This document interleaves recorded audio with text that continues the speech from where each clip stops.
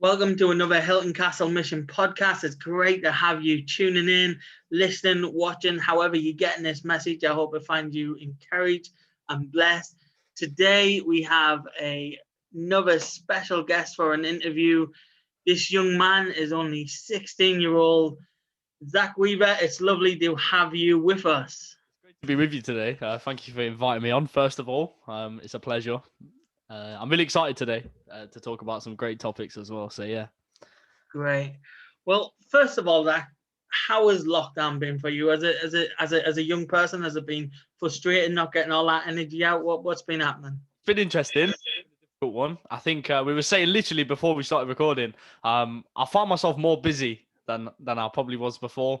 I mean, it's not a bad thing necessarily, but yeah, I found myself more busy. But it's been a challenge, I think. I think lockdown 3's hit the hardest in myself and the stuff that we're doing and things like that. I feel like lockdown 3's hit the hardest. But yeah, it's been okay. We plodded on. It's like a real trilogy, isn't it? The third one's never as good as the first two. Exactly. I think now it's getting better though. There's obviously an end of the tunnel, light at the end of the tunnel and stuff like that. So yeah. Great. And you know what? You know personally what you're gonna do after lockdown. You've got that sorted and stuff. Yeah, hopefully. If everything goes to plan, I've got quite a lot of stuff sort of planned at the minute. I'm not quite sure. I'm gonna give like a media response right now, but I'm not quite sure what I can sort of let you know. But yeah, I'll let you know as much as I can. So yeah. That's all right. That's good enough for us. So Zach, the reason I have people on it is because I love testimonies, but I know the testimony doesn't end where you're saved. It's about your growth in Jesus. So Yeah. at such a young age, can you give us just part of your testimony, how you became a Christian, and then we'll talk about some of the struggles and stuff like that. Yeah, for sure. So obviously I was born 23rd of November 2004. Probably the greatest day in history, let's be real. But no, I was born into a Christian household, really. My granddad's a vicar. My uncle's now vicar as well. Like I've got, more vicars in my family than you can ever stick at. My mum and dad were heavily involved within all the youth work and all that sort of stuff. So I've been around sort of the faith and Christianity quite a lot, really, since I've been growing up. I grew up with it in my blood and all that sort of stuff. And I guess I probably got to like 5, maybe a bit younger, 4 or 5. And I sort of realized that decision of actually becoming a Christian had to be on my own. I couldn't just like live my life growing up in a church and that'd be it. So I guess sort of 5, I'd say. I sort of gave my life to Jesus and said, listen, I want you to sort of take over my life and do whatever you can. And then sort of from that point, like nothing drastically changed in me. I sort of, I've always been like wanting to tell people about Jesus. That's sort of what I do now as well. But yeah, I've always wanted to do that. So, there's stories of me like telling when I was 4 about a kid about Jesus, leading them to Jesus, that sort of thing. So I guess that sort of proves like it doesn't matter what age you are, God can still use you as well. And then I got a little bit older, and then 2011, probably the worst year of my life. And that'll be ever, no matter what happens. And that was the year I lost my dad, like sadly. So he suddenly died in August. And yeah, it was a little bit crazy, to be honest with you. That sort of, from there, I sort of went on a completely different faith journey. Yeah, I'll dive into that a little bit later on. And then, yeah, it completely changed me as a person, as it would. And I feel like up to this present day, I'm still battling it, but I'm still trying to shine for Jesus and stuff. So I've had loads of great opportunities. Like I've been on tour and I perform all over the UK, doing my illusion, doing my music and all that sort of stuff. But yeah, I'm not saying by any stretch of the imagination it was easy. Yeah, not at all. So just go through a little bit of that journey then. So at what age were you then when this happened with your father? 6.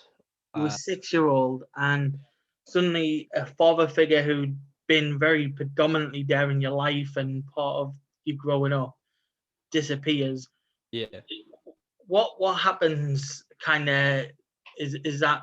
So yeah, it's kind of hard, really. So at the age of 6, I'm asking questions like, does this God guy even exist? Like, if he exists, why am I going through all this pain at the minute? I don't get it. Nothing. It didn't quite weigh up in my head. Do you know what I mean? And I think from that point, it was really hard for me to like sort of, even at the age of 6, 7, 8, stay on track with Jesus, to be in a position where I still want to share like Jesus and share his goodness. And like, but battle what I'm battling at the minute as well. And I can't lie to you, like having a strong Christian family at that point really helped. Because as a family, our bond so strong anyway. So for me, that was a huge battle to have at, 6. I think it's a huge battle to have at any age. Yeah. But I think to have it, to have that sort of battle, that mental battle as well at 6, 7, 8, it's hard, it's never going to be easy. But I think, I think having that knowing my roots, do you know what I mean? Knowing that, Jesus always has my back helped as well. Having that subconsciously in my mind, but getting to that stage wasn't easy. I found that really difficult. I find it really hard to get to that stage because I felt like I was alone in this huge world. Yeah. I felt like, well, if God's taken away one of the closest people in my life, then surely this God guy's not real, or do you know what I mean? Yeah. And I think that was a hard battle for me to face. Yeah. And when you came out the other end of that battle, what was that like, coming out and being strengthened in Jesus? I think a defining moment of that for me personally would be my baptism back when I was 11. Now it sounds like sometimes a bit of a cliche answer for Christians, but I think, it took me quite a long time to sort of process stuff. And obviously I'm still processing it and all that. It's not going to be easy, but I feel like my baptism for me, I can pinpoint it to that point where my life almost opened up a new chapter. I sort of started to become myself a bit more. I started to discover my deeper faith for myself. Do you know what I mean? My deep faith in Jesus for myself. I grew my faith myself rather than going off what I've been told by my granddad or by my uncle or by my mum. Yeah. Do you know what I mean? So to get to that place, I can almost look back at my life and pinpoint that moment as a changing moment, a defining moment in my life. If a young person's listening to this, because you've said something wonderful, I really enjoyed, by the way, grabbing your own faith, and at a very young age, it's kind of like it's very similar to your testimony in that I grew up in church, but there was a point where I went, "Is this what I believe for myself? And if I do, I'm going to grab it." What would you say to a young person who's on that crib of they've grew up, the parents are in church, but they're not sure if they believe it or not? You know what? Honestly, I think grab it, go for it, grab it. Now you hear Christians say that all the time. I understand that as a young person. Do you know what I mean? Sometimes it can be a bit annoying. I understand that, but I feel like also a thing that gets missed off a little bit as well is I think it's important that we develop our own faiths ourselves rather than being forced into the place of becoming a Christian. If you're a person that takes a bit of time to process it, that's fine. God's timing is always right. Do you know what I mean? So that's what I'd say to you. Great. Now, you grow up in school. You go to I'm assuming it's an ordinary secondary school. Yeah. Not a Christian school. What is that like to be grounded in faith and have I'm predominantly a non-Christian environment around you? How do you stay strong? What are some of the temptations and stuff in that? I think it's I think so. I had this thing moving up 11, 12. I was always in trouble. Yeah, I'm not even gonna lie to you. I was always in trouble every week. I was always in headmaster's office, or I was always talking to the head of the year or whatever, talking to behavior stuff. Yeah, I was always in trouble because I had this thing of I've got to now prove myself to these people.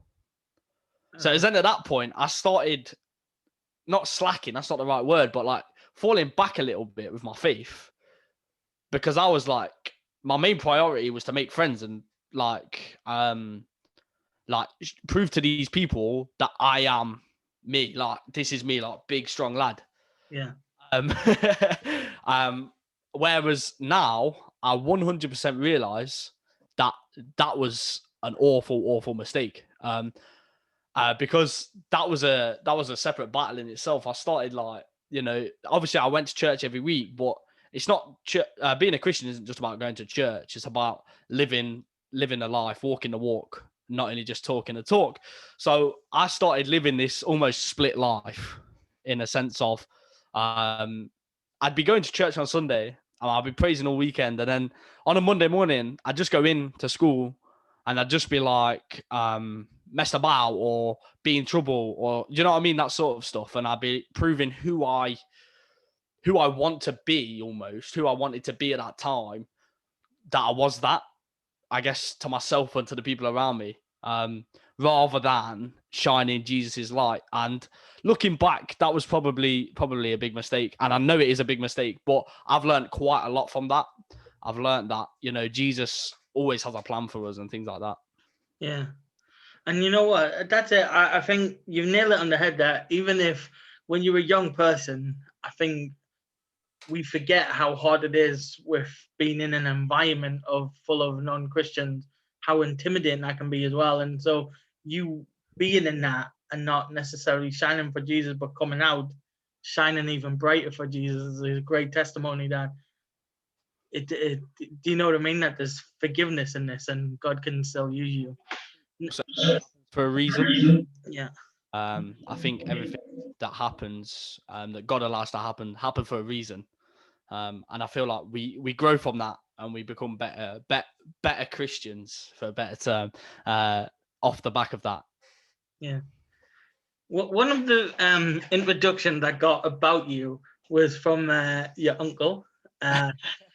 Oh dear. and he basically talked about you as being very gifted with being a magician. Yeah.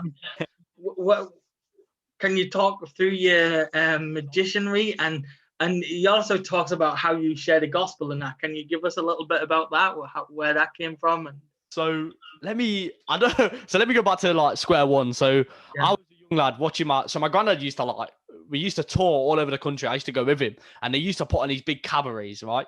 And he used to do a bit of tricks, stuff, all that sort of stuff, bit of illusion. So I'm like, yo. So I started watching him, started then learning off him some stuff. So I learned a few card tricks, as all magicians do.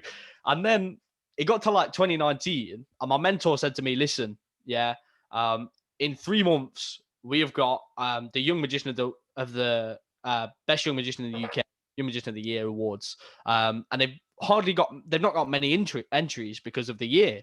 So I'm thinking, okay. And he was like, I think we should sign up for it. So then we went through the process of signing up for that and all that sort of stuff. And I'm thinking, I'm not going to even get past the heats here. It's just going to be one of them. At least I can say I did it on my CV. I managed to get to the final, 2019, and I became fourth best young magician in the UK. Wow.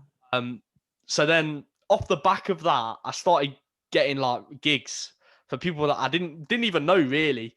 There was like, oh, we saw you at this. We saw you at Young Magician of the Year. We thought you shone. Do you want this gig?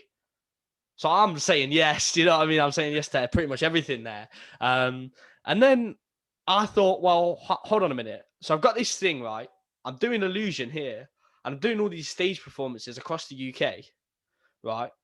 And I did quite a lot of gigs with it. And how do I now incorporate the gospel? Because this is wrong of me if I'm, performing to hundreds of people and I'm not incorporating the gospel, I'm missing an opportunity. Yeah. So I was like, so then I sat down, spoke to my mentor, because Steve Price, he's a Christian magician. I don't know if you've ever seen him, but so he was talking me through it, and I managed to develop this routine then. So then I've got this, so I'd like to describe it as illusion show with a touch of Jesus. And like sometimes when people say Christian magicians, they're thinking, yo, what? This guy's going to be weird. He's going to be, do you know what I mean? Yeah. A cross out of his hat or something like that. It's going to be weird. But I like to do my show, my illusion show. It stays the same everywhere I go. I like to do my illusion show. And in between that, I'll talk about my testimony and talk about Jesus and things like that. And I feel like that's a way of connecting with anybody in the audience. because if, you know, people getting on stage and all that sort of stuff, you know, I can connect with literally anybody from the ages of like 4 to like 99. Do you know what I mean? Like probably beyond that as well. Like I can and that allows me to then reach more people with the gospel. Some of these people might never have heard the gospel as well. Yeah. So I think it was a big thing as well for me, because I said, listen, I said to Steve and my granddad, I said, listen, I want to share the gospel, but I don't want to do it in a way that people switch off. Because sometimes when you're watching magicians perform, you know, gospel routines, people like zone out. I've been there. Yeah. Comedy, people zone out. And I want to do it in a way that everybody feels connected. So I managed to integrate all that stuff into my routine. And yeah, off the back of that, also, I got some gigs in churches and functions for the church and things like that. So yeah. I was just about to say, how did the churches respond? Because I know there's a whole section of magicianry work which we stay away from, and witchcraft and all that stuff. How does the church respond when you're like, hey, I'm a young magician with the gospel? I personally, I'm not bothered about the term magician. However, I go under it illusionist. In the sense of I go under the name Zack Attack or Zack Weaver, but I'm not a magician. I'm an illusionist. I think because sometimes going to a church, people are like, "Oh, this guy's doing all dark magic and things like that." When I'm not, I'm just a guy trying to show you my hobby. That's literally it. So yeah, I think there's a little bit of a fine line, but I always like to go under illusionist. Yeah. Yeah, that's great. I've obviously seen you do part of your show at the meal and stuff, and you've definitely got the magician's patter down when you're doing your stuff, and it's great how you can communicate the gospel as well. That's incredible. Now, you also, I'm just reminding people your age here. He's 16-year-old, just so everyone can know if you're listening to it and you can't see him. And you go from kind of being doing illusions and the gospel, and then you move into music as well, don't you? That's been a big part of your life. So I was probably, I've always been into music, so I've always been into mixing and all that sort of stuff. I just like watching people, like at weddings. I'd be that person, like that young kid that was stood next to the DJ just watching. Like I just like watching people like engage with music, and I know that for a lot of people in the world, music's a release, but for me, music is my release. Like whatever's going on, I know I put my headphones on or hop in my studio right now, and just start making music and just connect with people. So probably 2-3 years ago now, probably 3 years ago, I started producing properly. So before I was just mixing, DJing, I wasn't really doing much, just at the youth group, things like that. And then I invested in more gear and things like that. And started making proper music. So yeah, I released my album, my debut album in 2020 last year called FHL, which stands for Faith, Hope and Love. I released a single back in 2019, and people really enjoyed it from the Christian community and from the non-Christian community. So yeah, that's another string to my bow, as they say. So when you say you're creating music, is it Christian music that you're creating, or is it music that can be enjoyed by all? Or? Yeah, so it's a bit of an interesting one. So sometimes I make house music, tech house. Sometimes I make rap music. Sometimes I make like a jazz piece or something like that. Okay. The aim of it is to be enjoyed by everyone, but has a Christian message. So there's not much secular music. So I'd brand it as secular music by a Christian artist, because there isn't much secular music right now that sort of has a good message even. So for me, that's sort of where it's at. There's Christian, you know, there might be like half a verse in there or something like that, but it's got God in it. And people are listening to it like, yo, you know, this God guy, I want to check it out. Do you know what I mean? So yeah. Absolutely. That's great. And let's go just kind of back to you sharing your faith and stuff if we can. What would you say to young people around your age, or even older people who are quite shy about sharing their faith? What are some good helpful tips that you've picked up through kind of growing up with good evangelists and Yeah. stuff around? I think time sounds, but I think if you're, say, for example, my best mate, he's not a Christian, but from 2 years ago, he's getting closer than he was before. And that's because I was open about my faith. And I think that's a good thing, to be open about your faith and be honest about it as well. To be like, listen, if you've got any questions, ask me. I might not have the answer, but I'll find it out for you. That's a good starting point for me, I found. And then like, not pressuring it, but always having God at the center of your life, but not pressuring it in the sense of, so me and my mate, I wouldn't go up to him like, yo, bro, man, come on. Like, if you don't sort your life out, you're going to hell. Like, that's the facts. We know that's the facts. And, you know, as Christians, we know that the facts, but sometimes that doesn't work. I'm not saying that doesn't work, but sometimes for some people it doesn't work. So I think knowing a person as well. Yeah. And I think just being open as well, just being completely open to say to your mates, listen, I'm a Christian, think what you want of it, but I'm still going to come chill with you at lunch. I'm still going to, you know what I mean? I'm still going to play football. Yeah, it doesn't change that. No, that's great, man. And so it's about being real with the people, but also having that center of, as I believe in Jesus, and that's going to flow out naturally rather than a pushed effort. Yeah. No, yeah, I'm on that. Quick question about church then, if this is all right. Do you in the Bible, you know, where Paul writes to Timothy, a young pastor, and he says, "Don't let people look down on you because of your age, but be an example to them in your faith and attitude and how you behave. Kind of let them see that." Do you feel looked down upon sometimes by people who might be like, "Oh, who's he to share the gospel?" Or do you feel protected? And what can the church? Sorry, it's a long question, but what can the church do to back young people more into moving into ministry, do you think? I think, so to answer the first, yes, I do. Sometimes I can go to a place and it could be a place of like, but I feel everybody's got a testimony, everybody's got a story. Whether that, you don't have to be like we heard on Tough Talk on your podcast. I listened to the episode. You don't have to be like that. Like, I'm not like that, but I'm still on. And what can the church do? I think for churches to help young people sort of develop their testimony as well. So like, I had that support of like, oh, listen, you know, you need to tell people about this. This is good stuff. And also supporting young people. Like, sometimes you can walk in church. I walk in church with like my shorts on, or my trackies on, or my ripped jeans, and my long t-shirt, and my hat, and people look at me like, yo, you can't wear that to church. Yeah. I think as Christians, we sort of get into a place where we stick to the normal, whatever that is.